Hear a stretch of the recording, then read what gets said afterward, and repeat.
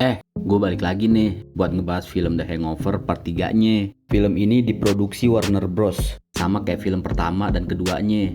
Pemeran utamanya juga masih sama. Cuman bedanya di film ketiga ini nggak ada pesta bujangnya. Kalau yang belum nonton part 1 sama part 2-nya, mending nonton dulu deh biar ngerti jalan ceritanya. Linknya gue taruh di deskripsi ya. Di film ketiga ini, biang keroknya Chow, gara-gara dia nimpe emasnya Marshall yang adalah bosnya Doug si pengedar obat. Jadinya Phil, Doug, Stu, sama Alan kebawa-bawa masalahnya Chow. Mau tahu kelanjutannya? Langsung aja deh kita ke pembahasannya. Film The Hangover Part 3. Film ini dimulai dengan Chow yang berhasil kabur dari penjara Thailand.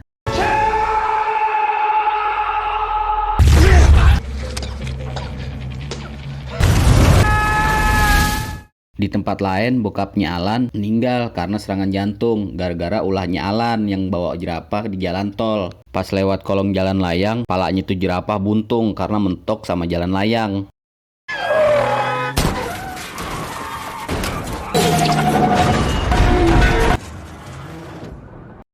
Sejak bokapnya Alan meninggal, nyokapnya Alan udah kagak kuat buat ngurusin Alan yang gak pernah mau berubah. Ditambah lagi, Alan udah 6 bulan gak minum obatnya. Jadi kelakuan sarapnya udah di luar kendali. Alan diantar sama Doug, Stu, dan Phil ke panti rehab. Di perjalanan, tiba-tiba mereka dipepet sama 3 orang bertopeng yang terus nyulik mereka.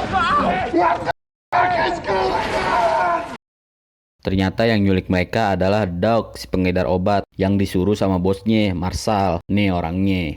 Marshall nyulik mereka karena mereka kenal sama Chow. Di situ Marshall cerita kalau Marshall ngambil emas punya seorang syekh dari Abu Dhabi senilai 42 juta dolar. Marshall ngebawa emasnya pakai 2 mobil van, masing-masing nilainya 21 juta dolar. Di jalan anak buahnya Marshall mencar nih. Yang satu berhasil sampai, yang satu lagi nggak nyampe-nyampe karena di jalan dicegat sama Chow yang nyaru jadi polisi. Chow terus ngebunuh anak buahnya Marshall dan emasnya ditimpe sama Chow. Jadinya rampok dirampok lagi. Marshall udah nyari Chow kemana-mana, cuman nggak ketemu. Sampai akhirnya Marshall dengar kabar kalau Chow ada di penjara Thailand. Pas Marshall besuk Chow, dia bikin kesepakatan sama Chow kalau Marshall nggak bakalan ngebunuh Chow kalau Chow ngasih tahu di mana emasnya ditaro. Tapi Chow nggak setuju. Lama abis ngebesuk Chow, Marshall dengar kabar kalau 5 minggu yang lalu Chow kabur dari penjara. Marshall mikir Chow di luar nggak punya akses ke siapa-siapa kecuali ke Alan. Di situ Marshall ngebongkar kalau selama ini Chow sama Alan surat-suratan. Di antara surat-surat itu ada satu kesamaan. Alan dan Chow selalu nyebut soal kawanan serigala, yaitu Phil, Doug, Stu, dan Alan. Makanya mereka semua diculik. Jadi Marshall pengen mereka bertiga, Phil, Stu, Alan nangkep Chow hidup-hidup. Dan mereka bertiga dikasih waktu 3 hari dengan Doug yang ditahan sebagai jaminan. Doug lagi yang kena. Di part pertama kita udah bahas siapa yang dikunciin di atap hotel. Lagi bingung-bingungnya Phil sama Stu kemana mesti nyari Chow, Alan nyamperin, bilang kalau dia tempo hari dapat email aneh dan gak tahu artinya. Tapi kayaknya sih itu dari Chow deh. Pas dibaca sama Phil, ternyata emang dari Chow. Sialan emang kelakuan. This says ciao.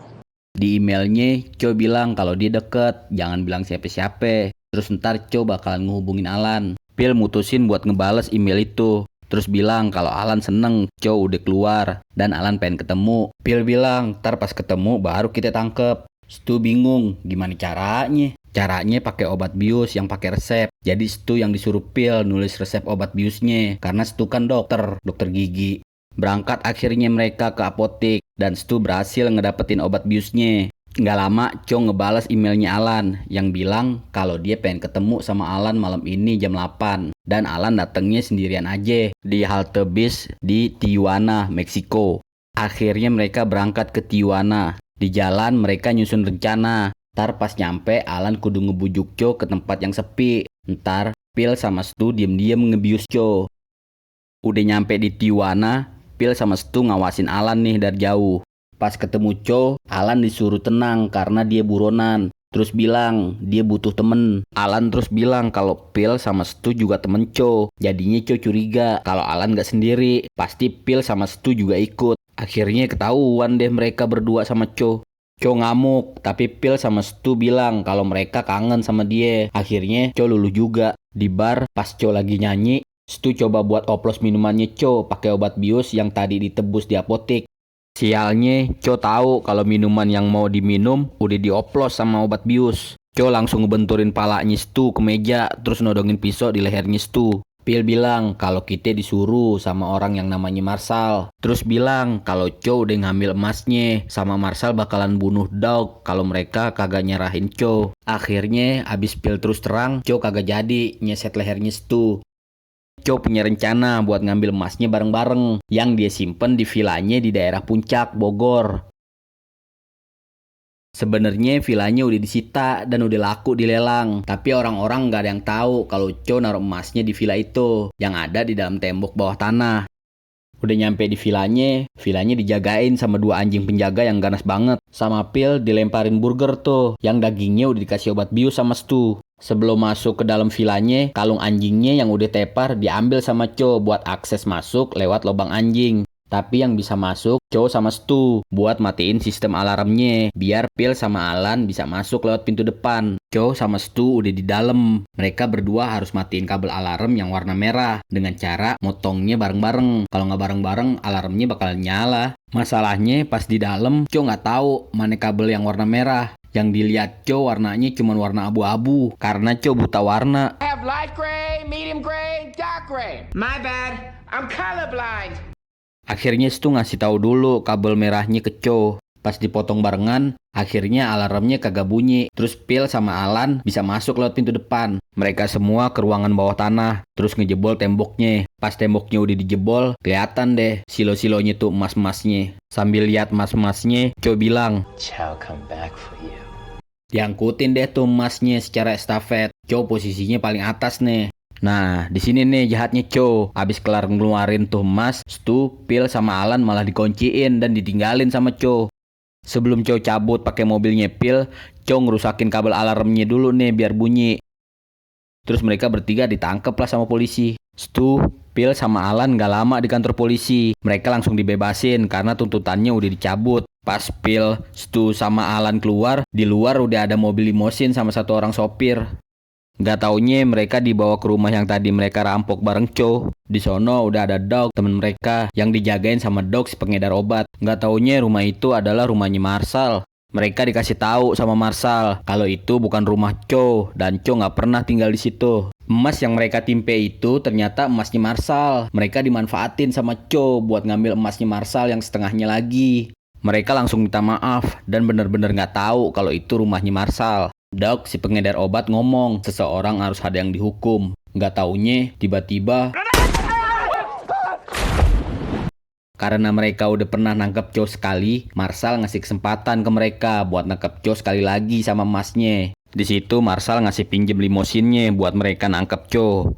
Di pinggir jalan mereka bingung gimana nyari Cho. Tiba-tiba Phil inget kalau HP-nya ketinggalan di mobil yang ditimpe sama Cho. Alan bilang kalau dia punya aplikasi buat nemuin HP yang hilang. Phil langsung minjem HP-nya Alan buat nelpon HP-nya dan di situ kelacak kalau HP-nya ada di Las Vegas. Berangkat deh mereka ke Las Vegas. Mereka ngikutin GPS yang ngasih tahu lokasi HP-nya yang ada di dalam mobilnya yang diparkir di pinggir jalan. Cho udah nggak ada di situ. Terus Phil ngeliat toko gade di deket mobil itu parkir.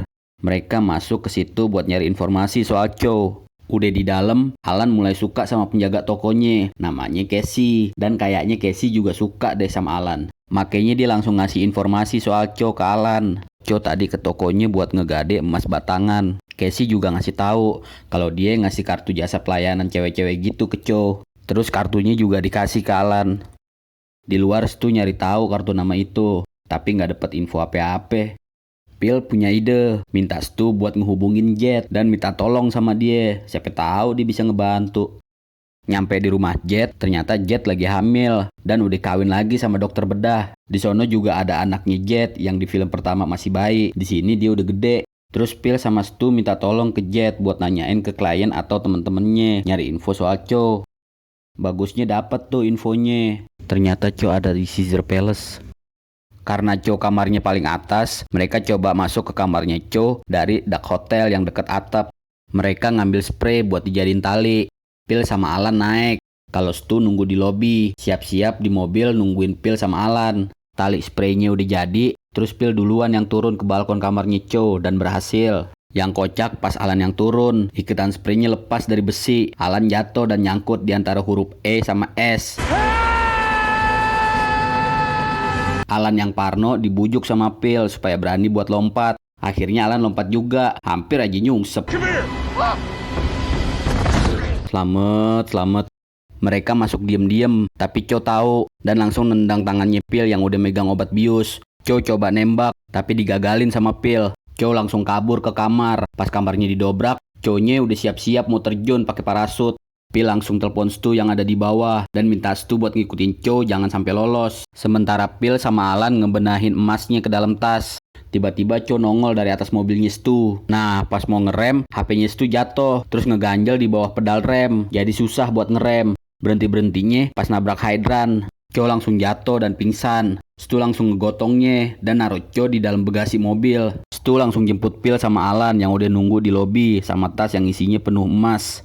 Mereka langsung jalan buat ketemuan sama Marshall di gurun. Udah nyampe di TKP, Phil sama Stu ngeluarin tas-tasnya. Phil minta Alan ambilin tasnya satu lagi. Marshall nyampe di TKP. Anak buahnya Marshall ngecek isinya.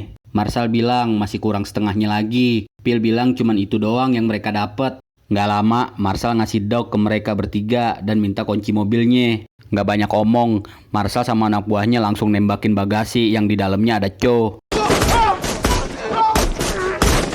Pas dibuka bagasinya, Chow ternyata udah nggak ada di dalam bagasi. Tiba-tiba Chow nongol dan langsung nembak Marshall sama anak buahnya.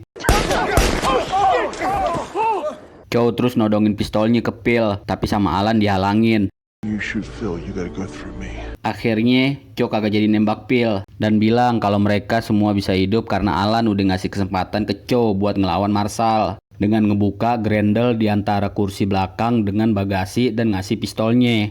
Paginya pas mau pisah, Chow mau ngasih satu emas batangannya ke Alan, tapi Alan kagak mau. Alan gak mau berteman lagi sama Chow dan bilang kalau Chow gak baik buat Alan. Terus Alan bilang kalau dia dan Chow bareng-bareng, hal buruk selalu kejadian dan orang-orang bakalan celaka. Akhirnya mereka berempat balik ke toko gade di mana mobilnya Phil diparkir.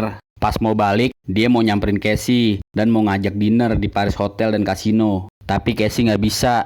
Casey dilarang masuk ke kasino itu seumur hidup ditambah 10 tahun. Gara-gara Casey ngajak nyokapnya main blackjack buat ngerayain ulang tahunnya. Parahnya nyokapnya sampai dianiaya sama Casey. Sama udah PA-nya kayak Alan. Casey nyaranin kalau dinernya di Golden Nugget aja. Alan setuju dan bakalan jemput Casey jam 8 malam. 6 bulan kemudian, Alan sama Casey akhirnya nikah. Udahan deh filmnya. Film ini dapat rating lebih rendah dari The Hangover Part 1 sama Part 2. Rating buat film yang ketiga ini 5,8 di IMDb.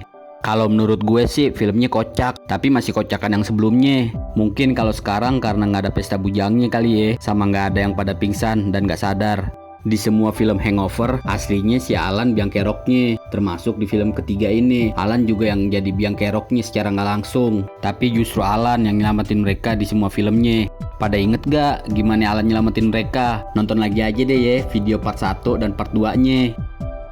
Di film terakhir ini, kawanan serigala tetap konsisten ngejaga solidaritas mereka. Sebenarnya lebih enak sih nonton film fullnya, karena banyak adegan kocak lainnya yang gak cukup dimasukin ke video ini.